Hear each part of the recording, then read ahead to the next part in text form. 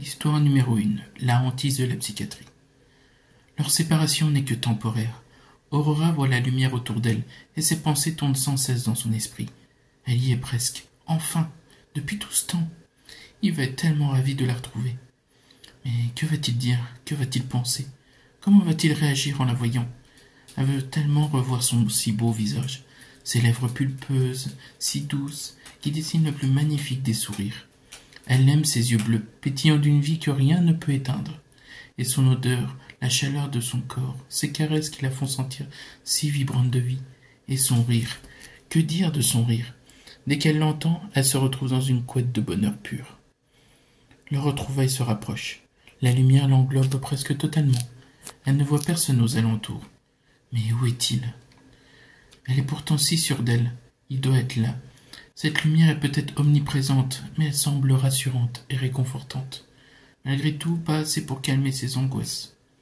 Devant elle apparaît une silhouette. Celle-ci se rapproche et semble vouloir lui dire quelque chose. « Aurora, tu m'entends ?» Bien sûr qu'elle l'entend. Il est juste devant elle. Elle veut lui répondre, mais sa gorge semble scellée. « Aurora, je suis là. Ne t'inquiète pas, je ne t'abandonnerai jamais. » Entendre ces mots la remplit de joie. Pourtant, plus la silhouette de son homme Argo s'approche, plus elle a l'impression d'avoir la tête qui tourne. Ses jambes ne la portent dorénavant plus. On y va, il est temps. Cette phrase résonne comme un écho. La silhouette est maintenant près d'elle. La lumière semble plus brillante et n'a pas l'air de vouloir se dissiper. Elle ne comprend pas du tout ce qui lui arrive. Ses retrouvailles devraient pourtant être incroyables, et voilà le résultat. Elle se sent mal. Sans s'en rendre compte, elle s'évanouit. La dernière chose qu'elle entend est un cri déchirant. Aurora se réveille, difficilement. Ses paupières semblent en plomb. Elle a le sentiment que si elle se rendort maintenant, elle ne se réveillera plus jamais. En plus, un brouhaha sans pareil a élu domicile dans sa chambre. Ils ne peuvent donc pas aller discuter ailleurs, bon Dieu, quel manque de respect, pense-t-elle en colère d'avoir été réveillée de la sorte. Comment te sens-tu? Aurora sursaute effrayée. Elle regarde autour d'elle, mais rien. Elle est seule. Tu ne regardes pas au bon endroit. La voix semble rieuse. Quoi? Je comprends pas. C'est quoi encore ces conneries? La sensation de gêne dans sa gorge lui confirme que cela doit faire un bon moment qu'elle est dans cet état. Si tu le souhaites, je peux te donner un indice. Vas-y, donne ton indice pourri qu'on en finisse. Tu ne peux pas me voir avec tes yeux. Hein? Je ne peux pas le voir avec mes yeux? Cette phrase, elle est actuellement impossible à traiter pour son cerveau, tellement il semble ralenti et endolori par la migraine qui vient de faire son apparition. Bon, je vois que tu as du mal à faire le point.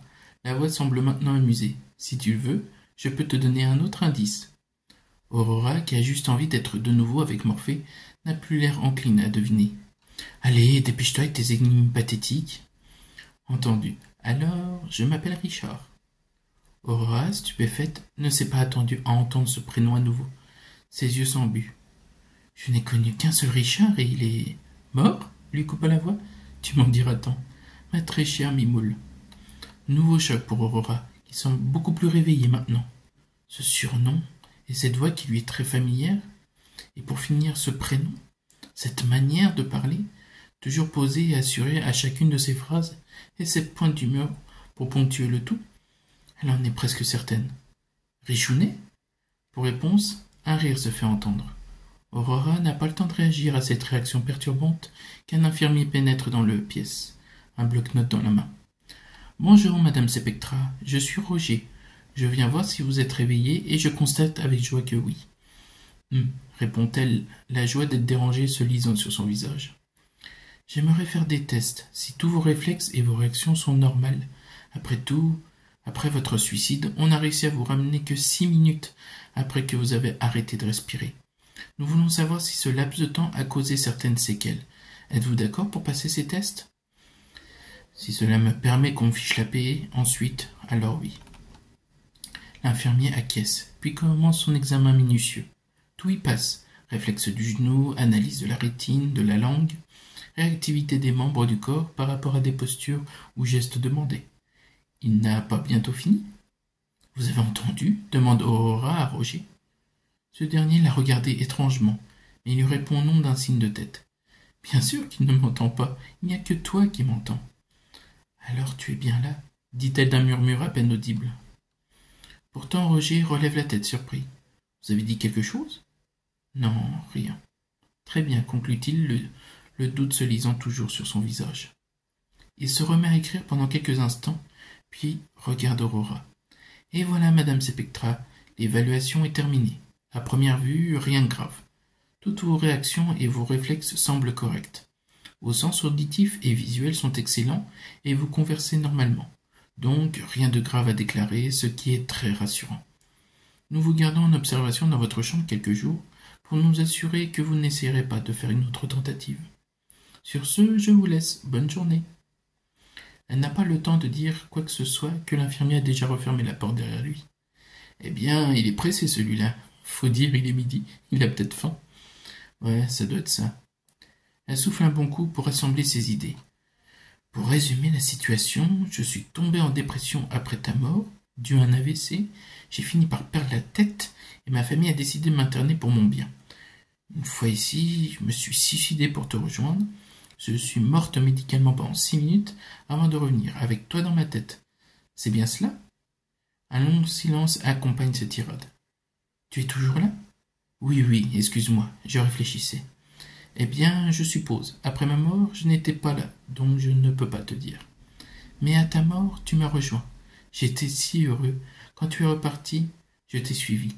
En fait, il n'y a que ma voix dans ta tête, ou plutôt mon esprit dans ton corps. Maintenant, nous partageons un seul et même corps, ton corps. Cette révélation eut l'effet d'un choc. Elle commence à se frotter les mains avec anxiété avant de réaliser quelque chose. L'homme qu'elle aime depuis plus de 20 ans est de nouveau avec elle. Ils se sont enfin retrouvés. Cette pensée la calme instantanément. Un sentiment de joie et d'amour l'envahit. « Je suis heureux que tu prennes aussi bien, » déclare Richard. L'émotion est présente dans sa voix.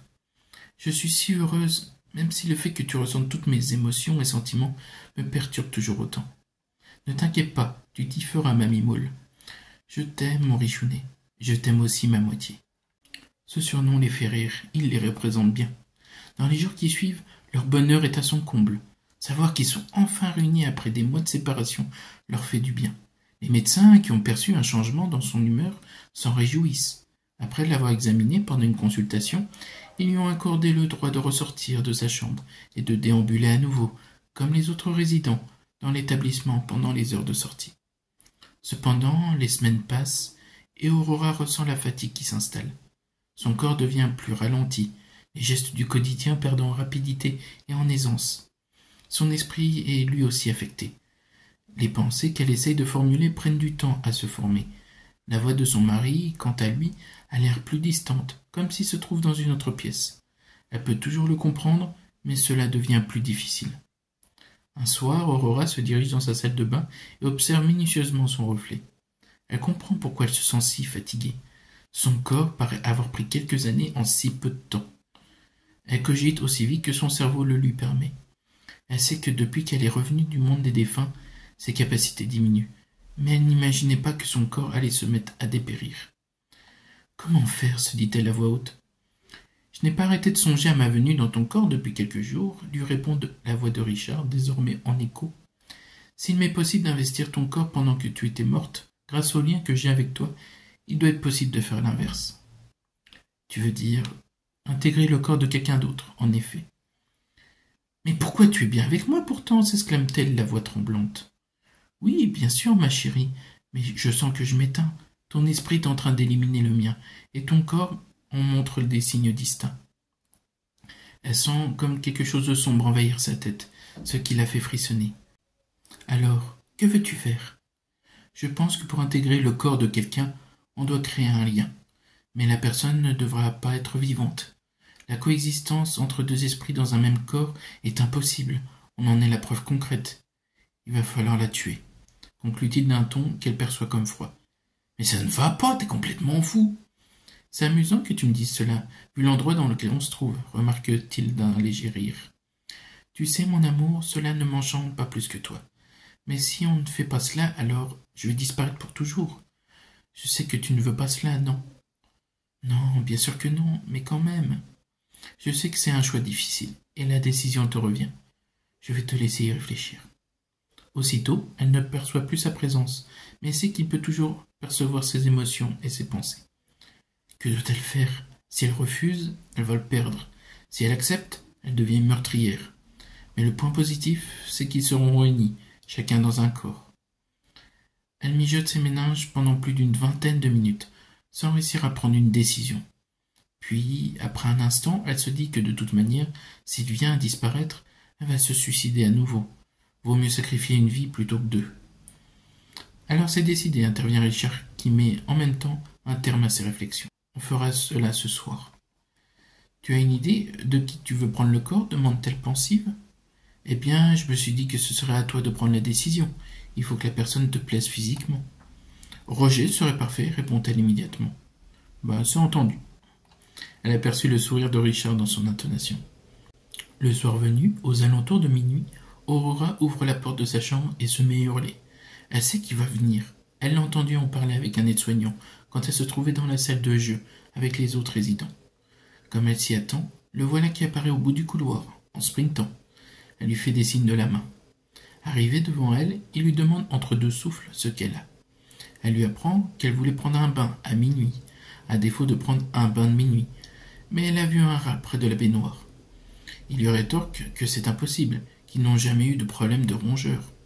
Aurora, faisant la moue, lui demande de vérifier, pour saper de l'esprit. Il soupire, mais acquiesce de la tête. Dans la salle de bain, il s'accroupit pour examiner les dessous de la baignoire. Aurora et Richard sont prêts et attendent une ouverture. Au moment où Roger se relève pour observer l'intérieur de la baignoire, elle s'exécute. Elle prend le livre épais qu'elle a posé sur le lavabo dans l'après-midi, le lève au-dessus de sa tête et frappe de toutes ses forces. Roger, emporté par le coup, se cogne contre le mur d'en face avant de plonger dans l'eau qui est totalement froide. Elle lâche son livre et empoigne la tête de Roger sous l'eau. Celui-ci, quelque peu étourdi par l'impact du livre et du mur, a du mal à se défendre. Il se débat comme il peut, mais l'eau fait son œuvre. Cette dernière n'a plus de remous.